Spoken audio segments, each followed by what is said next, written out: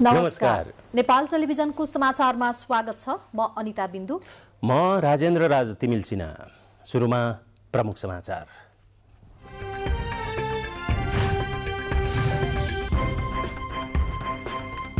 औपचारिक भ्रमणको अन्तिम दिन चिनिया विदेश मन्त्री वाङद्वारा उच्च स्तरीय वार्ता सम्पन्न। आपसी सहयोग र सम्बन्धहरूको सामयिक समीक्षा गरी विदेश मन्त्री वाङ स्वदेश फिर्ता। निर्वाचन आयोगद्वारा स्थानीय निर्वाचन प्रयोजनका लागि मतदाता नामावली सार्वजनिक। 1,77,33,723 जना मतदाता। कांग्रेस बैठकमा पहिलो चरणको चुनावी अभियानबारे केन्द्रीय सदस्यहरूले धारणा राख्ने क्रम जारी। आवश्यकताका आधारमा चुनावी गठबन्धन गर्नुपर्ने पक्षमा धेरै सदस्य।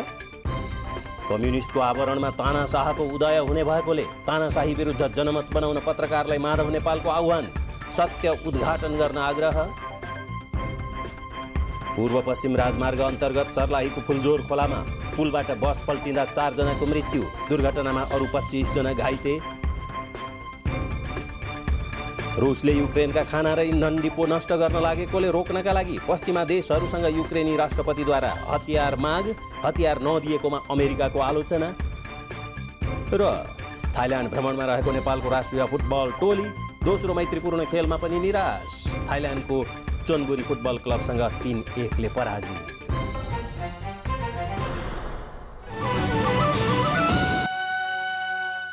समाचार अब विस्तारमा।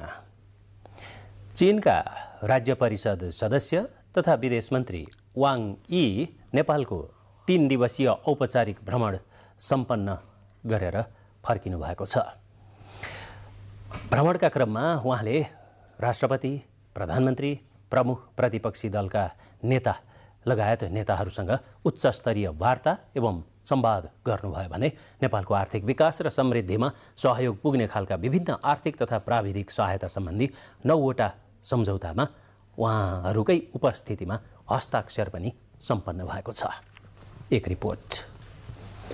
3 दिने नेपाल भ्रमणमा रहँदा चिनिया परराष्ट्र मन्त्री वाङ यीले राष्ट्रपति विद्यादेवी भण्डारी, प्रधानमन्त्री शेरबहादुर देउवा, पूर्व प्रधानमन्त्रीद्वय केपी शर्मा ओली र पुष्पकमल दाहाल प्रचण्डसँग उच्च स्तरीय भेटवार्ता गर्नुभयो। स्वदेश फर्कन अघि आज मात्र विदेश मन्त्री यीले राष्ट्रपति विद्यादेवी भण्डारीसँग शिष्टाचार भेट गर्नुभयो। राष्ट्रपतिसँगको भेटमा उहाँहरूबीच युगौं पुरानो नेपाल चीन मैत्रीबारे विचार विमर्श भएको थियो।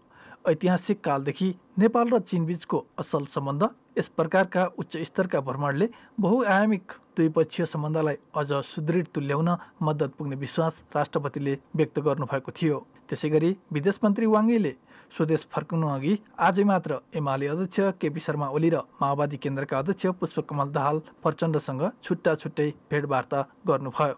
भेटमा एमाले अध्यक्ष ओलीले चिनिया परियोजना बेल्ट एन्ड रोडको अवधारणासँग जोडिएका सडक, रेल, सिँचाइ, शिक्षा र स्वास्थ्यका परियोजनालाई अगाडि बढाउन चीन सरकारलाई आग्रह गर्नुभएको थियो। अहिले पछिल्लो कालमा खास गरी BRI-सित जोडिएर जुन आयोजनाहरू अगाडि हामीले बढाउन सुरु गरेका छौँ, सहमति गरेका छौँ, तिनीहरूलाई निरन्तरता दिनुपर्छ र तिनीहरूलाई छिटोभन्दा छिटो कम्प्लिट गर्ने र जसकाबाट नेपालले फाइदा लिन सक्ने स्थिति छ, त्यसभित्र पर्ने छ, त्यसमा अझ थप योगदान पुग्नेछ भन्ने कुरा उहाँले राख्नुभयो। त्यस्तै एमाले अध्यक्ष ओलीसँगको भेट लगत्तै विदेश मन्त्री वाङ यीले माओवादी केन्द्रका अध्यक्ष पुष्पकमल दाहाल प्रचण्डसँग भेटवार्ता गर्नुभएको थियो।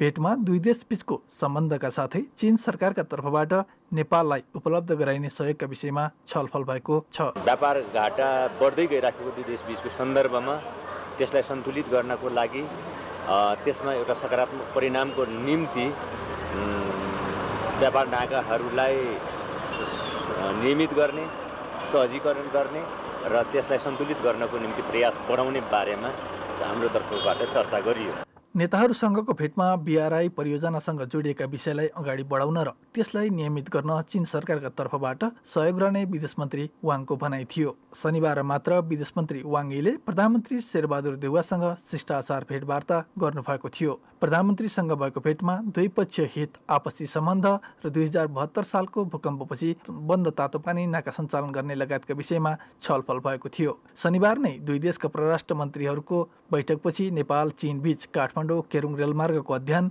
आर्थिक तथा प्राविधिक सहयोग सम्झौता, अन्तर्देशीय विद्युत प्रसारण लाइनको सम्भाव्यता अध्ययन लगायतका विभिन्न 9वटा सम्झौतामा हस्ताक्षर भएको छ। त्यसैगरी चीन सरकारले आर्थिक एवं प्राविधिक सहयोग अन्तर्गत नेपाल सरकारलाई 11 अर्ब 40 करोड भन्दा बढी अनुदान सहयोग उपलब्ध गराउने भएको छ। उक्त रकम दुवै देशको सहमतिमा निर्धारण गरिएका परियोजना कार्यान्वयनमा खर्च गरिने अर्थ मन्त्रालयले जनाएको छ। भ्रमणको दौरानमा चिनिया विदेश मन्त्री वाङ यीले आफ्ना राष्ट्रपति सी जिनपिङको नेपाल भ्रमणका बेला घोषणा भएको विकास सहायता रकम पनि उपलब्ध गराउने प्रतिबद्धता व्यक्त गर्नुभएको छ। विदेश मन्त्री वाङ यी नेपालको त्रिदिवसीय भ्रमण सम्पन्न गरी आजै स्वदेश फर्कनु भएको छ। परराष्ट्र मन्त्री डाक्टर नारायण खड्काको निमन्त्रणामा चिनिया परराष्ट्र मन्त्री वाङ यी 19 सदस्यीय प्रतिनिधि मण्डलको नेतृत्व गर्दै शुक्रबार नेपाल आउनु भएको थियो। आगामी वैशाख 30 गते हुने स्थानीय तह निर्वाचनका लागि 1,77,33,723 मतदाता कायम भएका छन्। निर्वाचन आयोगको आजको बैठकले 89,92,010 पुरुष र 87,41,530 महिला र अन्य यौनिक तथा अल्पसंख्यक समुदायका 183 मतदाता कायम गरेको निर्वाचन आयोगका सहायक प्रवक्ता सूर्य प्रसाद अर्यालले जानकारी दिनुभएको हो। आयोगका अनुसार सबैभन्दा बढी मतदाता 7,15,223 भएको जिल्ला मोरङ हो भने सबैभन्दा कम 6,416 मनाङमा मतदाता छन्। धेरै मतदाता हुने जिल्लामा मोरङ, झापा र काठमाडौँ छन् भने थोरै हुने जिल्लामा मनाङ, मुस्ताङ र डोल्पा छन्। मतदाता नामावलीमा नाम समावेश भएका आगामी वैशाख 29 गते 18 वर्ष उमेर पुगेका मतदाताले मतदान गर्न पाउने यसपटक नयाँ व्यवस्था गरिएको छ। निर्वाचनका लागि 10,756 मतदान स्थल र 21,955 मतदान केन्द्र कायम गरिएको पनि निर्वाचन आयोगले उल्लेख गरेको छ। नेपाली कांग्रेस केन्द्रीय कार्य समितिको बैठकमा आज पनि घर घर जाउँ कांग्रेस जिताउँ अभियानका विषयमा केन्द्रीय सदस्यहरूले धारणा राखेका छन्। पार्टी कार्यालय सानेपामा बसेको बैठकमा स्थानीय तह निर्वाचनको तयारी एवं घर घर जाउँ कांग्रेस जिताउँ अभियानका बारेमा धारणा राख्ने क्रम जारी रहेको प्रवक्ता डाक्टर प्रकाश शरण महतले जानकारी दिनुभयो। आगामी वैशाख 30 गते हुने स्थानीय तहको निर्वाचनको तयारीका लागि कांग्रेसले गत फागुन 29 गतेदेखि यही चैत्र 29 गतेसम्म पहिलो चरणको घर दैलो अभियान सञ्चालन गरिरहेको छ। बैठकमा नेताहरूले आवश्यकताका आधारमा गठबन्धन गरेर जानुपर्ने बताएको प्रवक्ता महतले बताउनुभयो। सबै सदस्यहरूले धारणा राखेपछि आवश्यक निर्णय केन्द्रीय समितिले गर्ने उहाँले बताउनुभयो।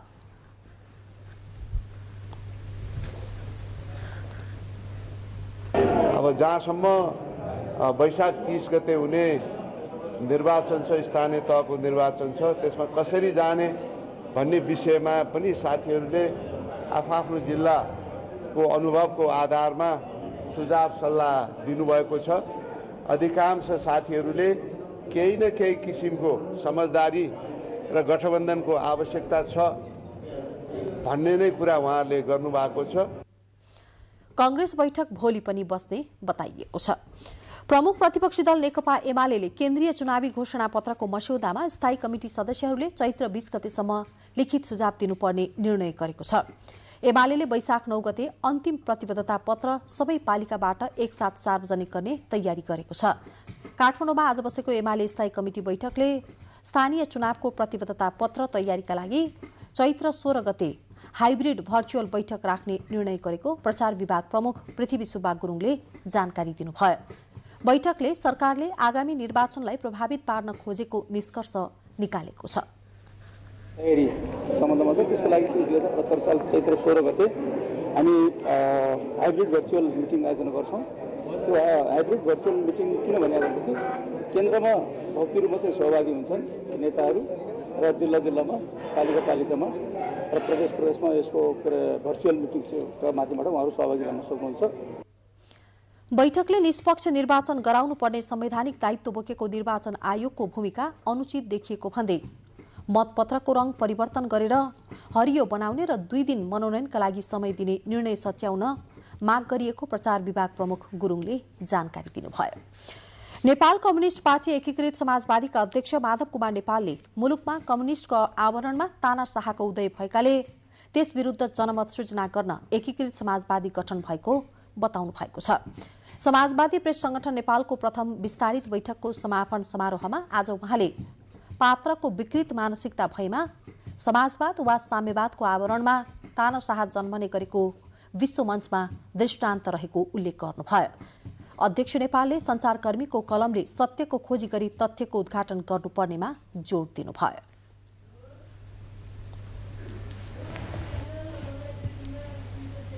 के गरे उनका मूलतः मैले 3टा चरित्र भन्ने गरेको छु। दक्षिणपन्थी अवसरवादी प्रवृत्ति, दोस्रो व्यक्तिवादी अरू अधिनायकवादी अहंकारी प्रवृत्ति, तेस्रो राष्ट्रिय आत्मसमर्पणवादी प्रवृत्ति।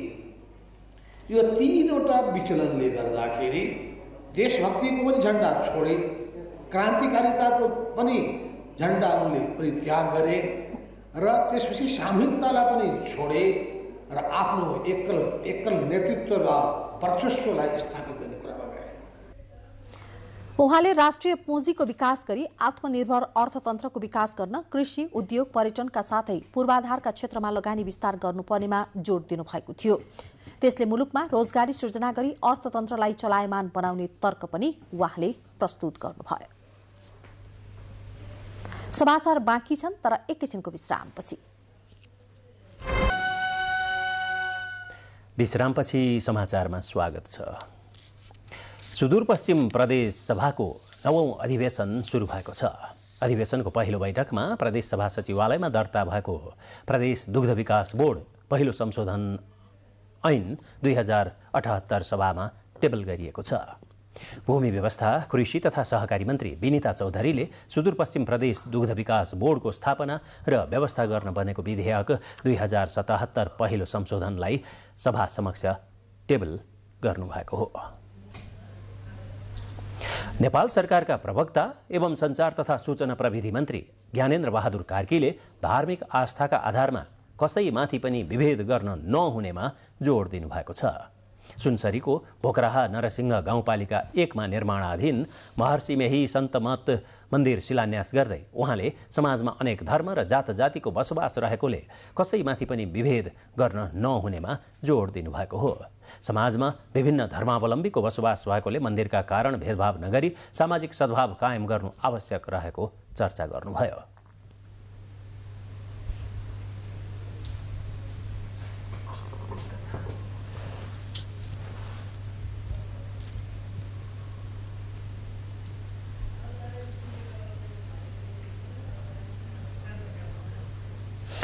पछिल्लो 24 घण्टामा मुलुकभर थप 23 जनामा कोरोना संक्रमण पुष्टि भएको छ। 3780 पीसीआर परीक्षणमा 15 जना र 1442 एन्टिजेन परीक्षणमा 8 जना गरी 23 जनामा संक्रमण पुष्टि भएको स्वास्थ्य तथा जनसङ्ख्या मन्त्रालयले जनाएको छ। पछिल्लो 24 घण्टामा कोरोनाबाट 215 जना निको भएका छन्। हाल देशभर 1558 जना सक्रिय संक्रमित रहेका छन्।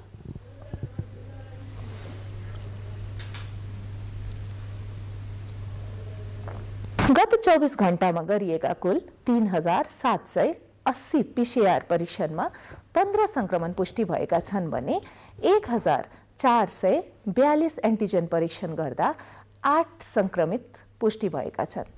कुल जम्मा 5222 परीक्षणमा 23 संक्रमण पुष्टि भएका छन्। आज 215 जना कोभिड-19 संक्रमणबाट मुक्त भई डिस्चार्ज हुनुभएको छ।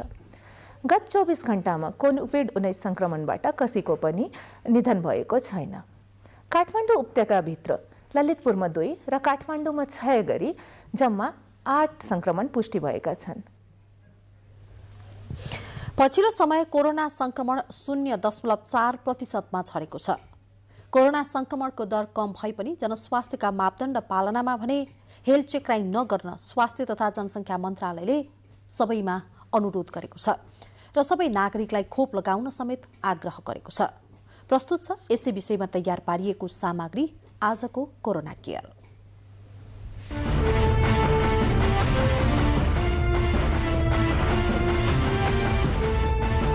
नेपालमा पुस दोस्रो साताबाट सुरु भएको कोरोनाको तेस्रो लहरको ग्राफ दैनिक घट्दै गइरहेको छ।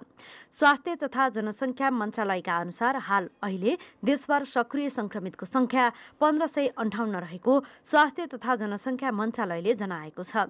मन्त्रालयका अनुसार संक्रमण दर 0.4% मा रहेको छ। गत 24 घण्टामा गरिएका कुल 3780 पीसीआर परीक्षणमा 15 संक्रमण पुष्टि भएका छन् भने 1442 एन्टिजेन परीक्षण गर्दा 8 संक्रमित पुष्टि भएका छन्। कुल जम्मा 5222 परीक्षणमा 23 संक्रमण पुष्टि भएका छन्।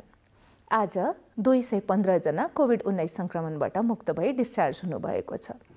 गत 24 घण्टामा कोभिड-19 संक्रमणबाट कसैको पनि निधन भएको छैन। पछिल्लो समय संक्रमण दर घट्दै गइरहेको छ। कोरोना संक्रमण कम भए पनि जोखिम कायमै रहेकोले जनस्वास्थ्यको मापदण्ड पालना गर्न स्वास्थ्य तथा जनसङ्ख्या मन्त्रालयले अनुरोध गरेको छ। संक्रमण दर पूर्ण रूपमा शून्य भइसकेको छैन। 50 भन्दा कममा संक्रमण दर पुगे पनि त्यसैले भिडभाड, सभा, सम्मेलन हुने ठाउँमा जनस्वास्थ्यका मापदण्ड पालना गर्नुपर्ने मन्त्रालयको सुझाव छ। आजसम्म नेपालमा कुल 11,18,445 कोभिड-19 संक्रमण पुष्टि भएका छन् भने कोभिड-19 सम्बन्धी संक्रमित 11,951 जनाको दुःखद देहान्त हुन पुगेको छ। विश्वभर र नेपालमा पनि धेरै व्यक्तिहरू कोभिड-19 विरुद्धको खोप लगाउन बाँकी हुनुहुन्छ। कोभिड-19 को संक्रमण दर कम हुँदै गए पनि जनस्वास्थ्यका मापदण्डको पालनामा हेलचक्राइ नगरौं। कोभिड-19 को संक्रमण र नयाँ भेरिएन्टमा देख्ने जोखिम कम गर्नका लागि हामी सबै सतर्क रहौं र जनस्वास्थ्यका मापदण्डहरूको पूर्ण रूपमा पालना गरौं र गरौं। अनिवार्य रूपमा नाक, मुख र चिउँडो छोपिने गरी सही तरिकाले मास्कका प्रयोग गरौं। एक अर्कामा कम्तीमा 2 मिटरको भौतिक दूरी कायम गरौं। बेला बेलामा साबुन पानी वा सेनिटाइजरले हात सफा गरौं। जनस्वास्थ्यको पालनाले कोरोना मात्र होइन अन्य संक्रामक रोगबाट समेत बचाउन मद्दत गर्छ। कोरोना विरुद्धको खोप लगाउने र जनस्वास्थ्यको मापदण्डको पालना गर्न सके आगामी दिनमा आउन सक्ने सम्भावित नयाँ भेरिएन्टबाट समेत बच्न सकिने विज्ञहरूको भनाइ छ।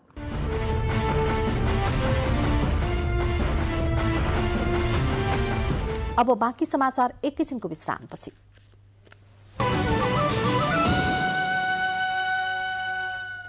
विश्रामपछि समाचारमा स्वागत छ। पूर्व पश्चिम राजमार्ग अन्तर्गत सर्लाही स्थित फुलजोर खोलाको पुलबाट बस खस्दा 4 जनाको मृत्यु भएको छ। दुर्घटनामा अरू 25 जना घाइते भएका छन्। वीरगञ्जबाट जनकपुरतर्फ जाँदै गरेको ना 4 ख 8555 नम्बरको बस आज दिउँसो सर्लाहीको लालबन्दी र ईश्वरपुर नगरपालिकाको सिमानामा पर्ने फुलजोर खोलाको पुलबाट तल खसेर दुर्घटनाग्रस्त भएको सर्लाहीका प्रहरी नायब उपरीक्षक माधव प्रसाद बुढाथोकीले जानकारी दिनुभयो। घाइतेको लालबन्दी, नवलपुर र हरिवनमा उपचार भइरहेको छ। मृतकको शव परीक्षणका लागि प्रादेशिक अस्पताल मलङ्गवा पठाइएको र मृतक तथा घाइतेहरूको पहिचानको काम भइरहेको इलाका प्रहरी कार्यालय लालबन्दीले जनाएको छ। बसको अगाडिको चक्का पड्किएर अनियन्त्रित भई बस पुलबाट तल खसेको भनिए पनि दुर्घटनाको वास्तविक कारण पत्ता लगाउन अनुसन्धान जारी रहेको प्रहरीको भनाइ छ। नेपाली कांग्रेसका स्वर्गीय नेता नवीन्द्र राज जोशीको व्यक्तित्व र योगदानका विषयमा लिखित पुस्तक सार्वजनिक गरिएको छ। नवीन्द्र राज जोशी स्मृति प्रतिष्ठानले काठमाडौँमा आयोजना गरेको कार्यक्रममा नेपाली कांग्रेसका वरिष्ठ नेता रामचन्द्र पौडेलले पुस्तक विमोचन गर्नुभएको हो। 287 पृष्ठको पुस्तकमा स्वर्गीय जोशीको राजनीतिक सङ्घर्ष, देश र समाजका लागि उहाँले गरेको योगदान र विकासका परिकल्पनाहरू समेटिएका छन्। पुस्तक विमोचनका अवसरमा नेपाली कांग्रेसका वरिष्ठ नेता पौडेल, महामन्त्री द्वय गगन थापा र विश्वप्रकाश शर्मा लगायत वक्ताले राजनीतिमा आउने नयाँ पुस्तालाई आदर्शको बाटो देखाउने पुस्तक रहेको टिप्पणी गर्नुभएको थियो। कार्यक्रममा जोशीकी पत्नी सपना राज भण्डारीले स्वर्गीय नवीन्द्र राजका सोच र योजनालाई व्यवहारमा अगाडि बढाउन नवीन्द्र राज जोशी स्मृति प्रतिष्ठान स्थापना गरिएको जानकारी गराउनु भएको थियो। यस वर्ष बासु शशी स्मृति परिषदले नेपाली साहित्यमा क्रियाशील 4 जना सर्जकलाई नगद पुरस्कार सहित सम्मान गरेको छ। नेपाली साहित्यका विभिन्न विधामा योगदान पुर्याएकोमा उहाँहरूलाई सम्मान गरिएको हो। काठमाडौँमा आयोजित कार्यक्रममा यस वर्षको बासु शशी साहित्य पुरस्कार साहित्यकार मोमिलालाई र गत वर्षको सोही पुरस्कार साहित्यकार राधेश्याम लेकालीलाई प्रदान गरिएको छ।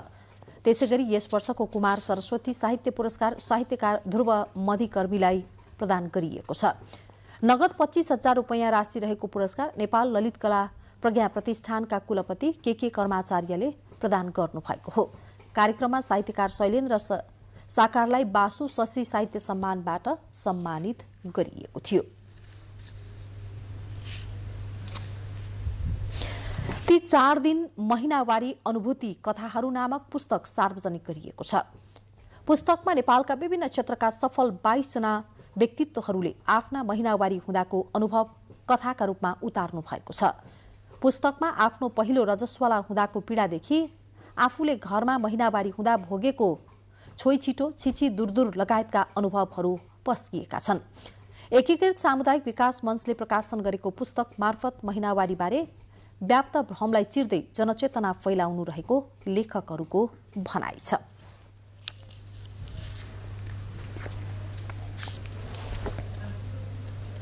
समाचार बुलेटिनको क्रममा प्रमुख समाचार फेरि एकपटक। औपचारिक भ्रमणको अन्तिम दिन चीनिया विदेश मन्त्री वाङद्वारा उच्चस्तरीय वार्ता सम्पन्न। आपसी सहयोग र सम्बन्धहरूको सामयिक समीक्षा गरी विदेश मन्त्री वाङ स्वदेश फिर्ता। निर्वाचन आयोगद्वारा स्थानीय तह निर्वाचनका लागि अन्तिम नामावली प्रकाशित। 1,77,33,723 मतदाता कायम। कांग्रेस बैठकमा पहिलो चरणको चुनावी अभियानबारे केन्द्रीय सदस्यहरूले धारणा राख्ने क्रम जारी। आवश्यकताका आधारमा चुनावी गठबन्धन गरेर जानुपर्ने पक्षमा धेरै सदस्य। कम्युनिस्टको आवरणमा तानाशाहको उदय भएकोले तानाशाही विरुद्ध जनमत बनाउन पत्रकारलाई माधव नेपालको आह्वान। सत्य उद्घाटन गर्न आग्रह। पूर्व पश्चिम राजमार्ग अन्तर्गत सर्लाहीको फुलजोर खोलामा पुलबाट बस पल्टिँदा 4 जनाको मृत्यु। दुर्घटनामा अरू 25 जना घाइते। रुसले युक्रेनका खाना र इन्धन डिपो नष्ट गर्न लागेकोले रोक्नका लागि पश्चिमा देशहरूसँग युक्रेनी राष्ट्रपतिद्वारा हतियार माग। हतियार नदिएकोमा अमेरिकाको आलोचना। र थाइल्याण्ड भ्रमणमा रहेको नेपालको राष्ट्रिय फुटबल टोली दोस्रो मैत्रीपूर्ण खेलमा पनि निराश। थाइल्याण्डको चुनबुरी फुटबल क्लबसँग 3-1 ले पराजित। दाङका किसानले घाँस खेतीबाट राम्रो आम्दानी गर्दै आएका छन्। जिल्लाको घोराही उपमहानगरपालिका, तुलसीपुर उपमहानगरपालिका, दङ्गीशरण गाउँपालिका, राप्ती गाउँपालिका लगायत स्थानका कृषकले व्यावसायिक रूपमा बर्सिम घाँस खेतीबाट पशुपालनसँगै घाँस बेचेरै राम्रो आम्दानी गरिरहेका छन्। यो रिपोर्ट।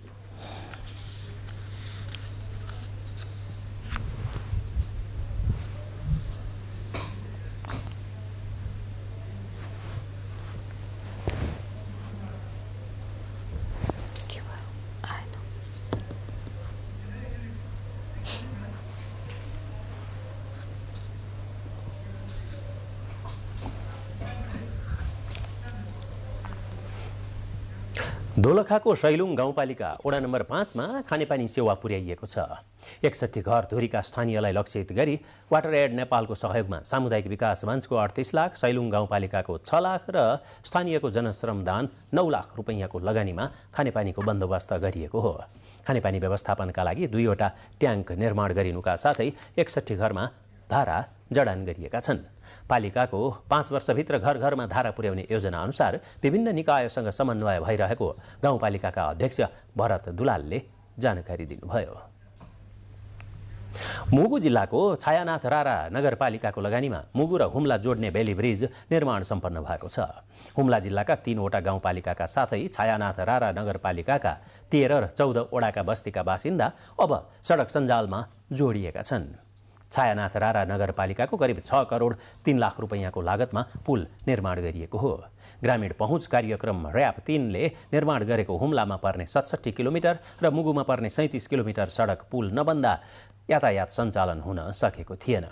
बेली ब्रिज निर्माण भएपछि आजदेखि उक्त सडकमा सवारी आवागमन सञ्चालन हुन थालेको छ।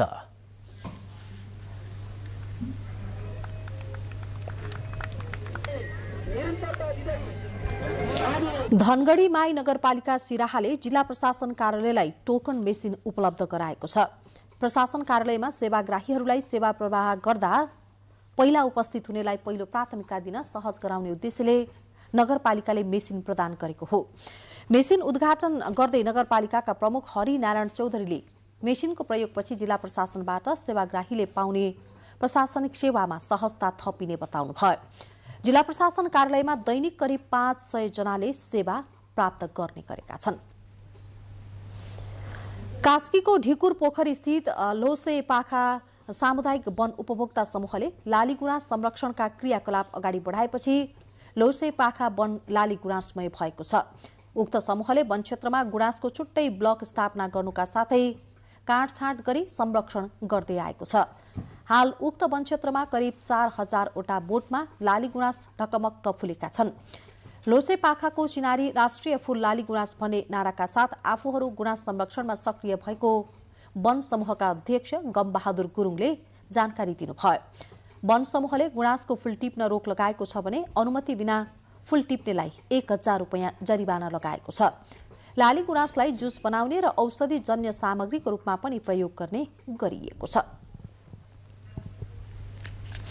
प्रधानमन्त्री शेरबहादुर देउवाले गैर आवासीय नेपालीलाई स्वदेशमा लगानी ल्याउन आवश्यक पर्ने सबै सहयोग गर्न सरकार तयार रहेको बताउनु भएको छ।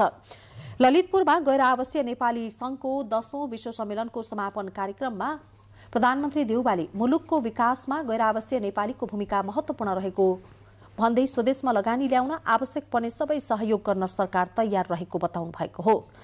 उहाँले विनाशकारी भूकम्प, कोरोना महामारी लगायत नेपालको अप्ठ्यारो परिस्थितिमा गैर आवासीय नेपालीहरूले गरेको कामको प्रशंसा गर्नुभयो।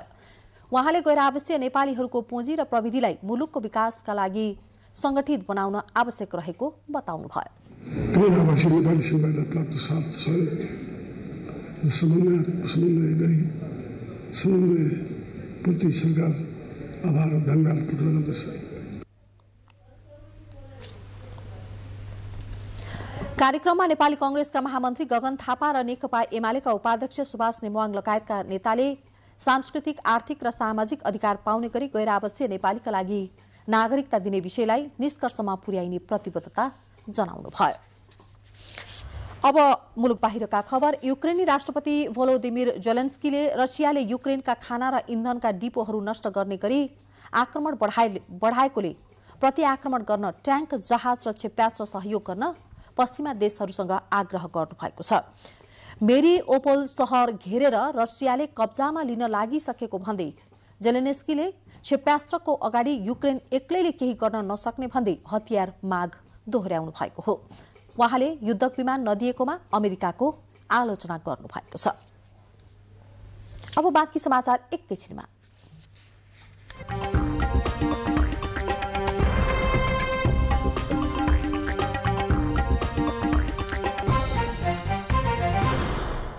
अब आर्थिक समाचार।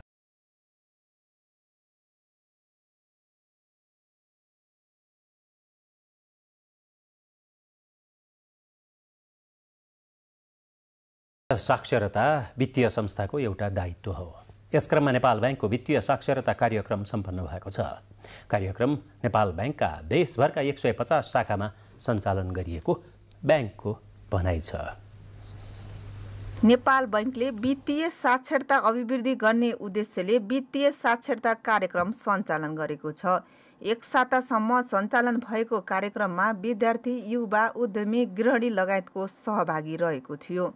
नेपाल बैंकका अनुसार चालु आर्थिक वर्षमा 10,000 बढी वित्तीय साक्षरता कार्यक्रममा सहभागी भएका छन्।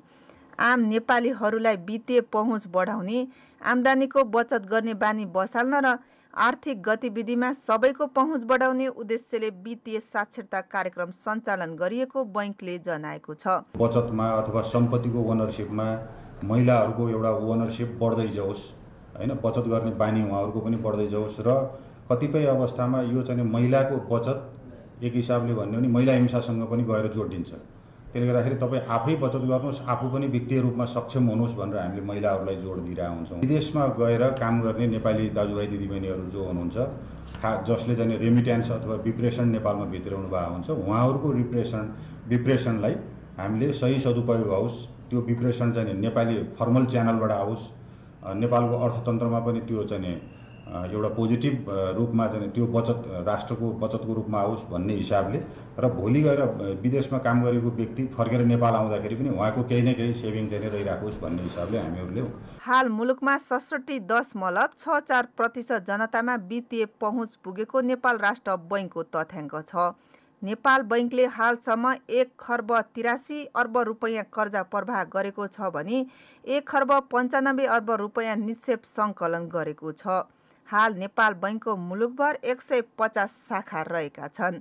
क्यामेरामा सुरेन्द्र आचार्यका साथ पवन वर्षा शाह, नेपाल टेलिभिजन, काठमाडौँ।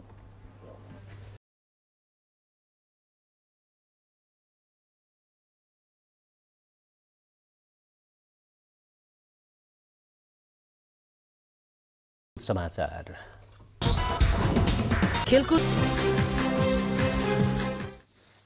नमस्कार, खेलकुद समाचारमा स्वागत छ। थाइल्याण्ड भ्रमणमा रहेको नेपालको राष्ट्रिय फुटबल टोली थाइल्याण्डको चुनबुरी फुटबल क्लबसँग 3-1 गोल अन्तरले पराजित भएको छ। आज साँझ चुनबुरी रंगशालामा नेपालले दोस्रो मैत्रीपूर्ण खेलमा पनि दोस्रो हार बेहोरेको हो। घरेलु टोली चुनबुरीले फ्रफ्याङको गोलबाट अग्रता बनाएको थियो। 66औं मिनेटमा रेनाटो केकिलले अग्रता दोब्बर बनाएका थिए। नेपालका लागि दर्शन गुरुङले 1 गोल फर्काए। एएफसी एशियन कप छनौटको तयारीका लागि थाइल्याण्ड भ्रमणमा रहेको नेपाली टोली पहिलो अन्तर्राष्ट्रिय मैत्रीपूर्ण खेलमा 2-0 गोल अन्तरले पराजित भएको थियो। एएफसी एशियन कप अन्तर्गत तेस्रो चरणको छनौट खेलमा नेपालले जेठ 25 गते जोर्डन, 28 गते कुवेत र 31 गते इन्डोनेसिया विरुद्ध खेल्नेछ। नेपाल, पपुवा न्युगिनी र मलेसिया बीचको त्रिदेशीय टी20 श्रृंखला भोलि त्रिवी क्रिकेट मैदानमा शुरू हुँदैछ। श्रृंखलाको पहिलो खेलमा आयोजक नेपालले पाहुना टोली पीएनजीसँग खेल्दै प्रतियोगिताको शुरूआत गर्नेछ। खेलमा टस 12 बजे हुनेछ। डबल राउन्ड रबिन आधारमा हुने श्रृंखलाको शीर्ष 2 टोली फाइनल खेल्नेछन्। श्रृंखलाको लागि मलेसियाको टोली आज नै नेपाल आइपुगिसकेको छ। मलेसियाले मंगलबार आफ्नो पहिलो खेल पीएनजीसँग खेल्नेछ। हिजो मात्र नेपालले पीएनजी विरुद्धको 1 दिवसीय अन्तर्राष्ट्रिय श्रृंखलामा लगातार हार बेहोरेको थियो। 16औं धर्मश्री तथा प्रथम पुरुष र महिला फिजिक्स राष्ट्रव्यापी खुला शारीरिक सुगठन प्रतियोगिता वैशाखको तेस्रो साता आयोजना हुने भएको छ। नेपाल व्यायाम मन्दिरले पत्रकार सम्मेलनको आयोजना गर्दै वैशाख 23 र 24 गते आयोजना हुने जानकारी दिएको हो। प्रतियोगिताको प्री जजिङ राउन्ड वैशाख 23 गते हुनेछ। फाइनल चरण वैशाख 24 मा हुने जनाएको छ। प्रतियोगितामा 400 खेलाडीले विभिन्न 7 तौल समूहमा प्रतिस्पर्धा गर्नेछन्, जसमा 55 केजीदेखि 80 केजी भन्दा माथिका तौल समूहमा प्रतिस्पर्धा हुनेछ।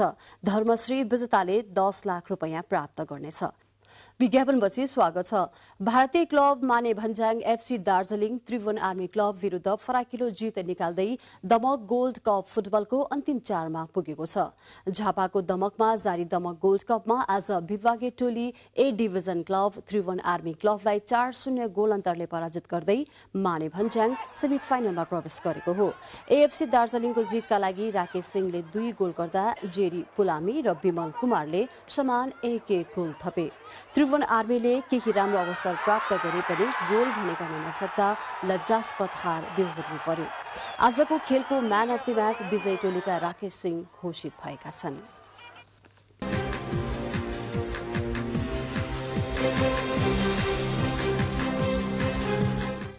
अब मौसम। प्रदेश नम्बर 1 बागमती, गण्डकी र लुम्बिनी प्रदेशका पहाडी भेगमा आज राति आंशिकदेखि सामान्यतः बदली रही बाँकी प्रदेशका पहाडी भेगमा आंशिक बदली रहने र देशका अन्य भेगमा मौसम सामान्यतया सफा रहने मौसम पूर्वानुमान महाशाखाले जनाएको छ। काठमाडौँमा आज राति न्यूनतम तापक्रम 11 र 13 डिग्री सेल्सियस बीच तथा भोलि दिउँसो अधिकतम तापक्रम 29 र 31 डिग्री सेल्सियस बीच रहने अनुमान छ। अब मौसम सम्बन्धी थप विवरण तालिकामा।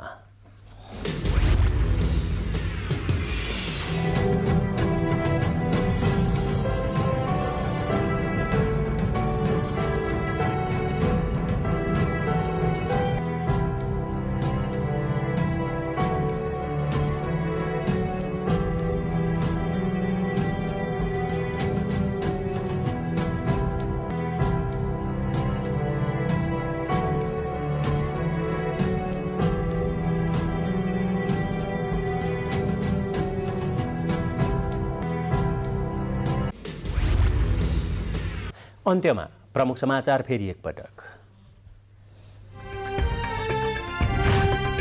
औपचारिक भ्रमणको अन्तिम दिन चिनिया विदेश मन्त्री वाङद्वारा उच्च स्तरीय वार्ता सम्पन्न। आपसी सहयोग र सम्बन्धहरूको सामयिक समीक्षा गरी विदेश मन्त्री वाङ स्वदेश फिर्ता। निर्वाचन आयोगद्वारा स्थानीय तह निर्वाचनका लागि अन्तिम नामावली प्रकाशित। 1,77,33,723 मतदाता कायम। कांग्रेस बैठकमा पहिलो चरणको चुनावी अभियानबारे केन्द्रीय सदस्यहरूले धारणा राख्ने क्रम जारी। आवश्यकताका आधारमा चुनावी गठबन्धन गरेर जानुपर्ने पक्षमा धेरै सदस्य। कम्युनिस्टको आवरणमा तानाशाहको उदय हुने भएकोले तानाशाही विरुद्ध जनमत बनाउन पत्रकारलाई माधव नेपालको आह्वान। सत्य उद्घाटन गर्न आग्रह। पूर्व पश्चिम राजमार्ग अन्तर्गत सर्लाहीको फुलजोर खोलामा पुलबाट बस पल्टिँदा 4 जनाको मृत्यु, दुर्घटनामा अरू 25 जना घाइते। रुसले युक्रेनका खाना र इन्धन डिपो नष्ट गर्न लागेकोले रोक्नका लागि पश्चिमा देशहरूसँग युक्रेनी राष्ट्रपतिद्वारा पुनः हतियार माग, हतियार नदिएकोमा अमेरिकाको आलोचना। र थाइल्यान्ड भ्रमणमा रहेको नेपालको राष्ट्रिय फुटबल टोली दोस्रो मैत्रीपूर्ण खेलमा पनि निराश, थाइल्यान्डको चोनबुरी फुटबल क्लबसँग 3-1 ले पराजित। समाचारको सिलसिला यति नै, बिदा दिनुहोस्, नमस्कार।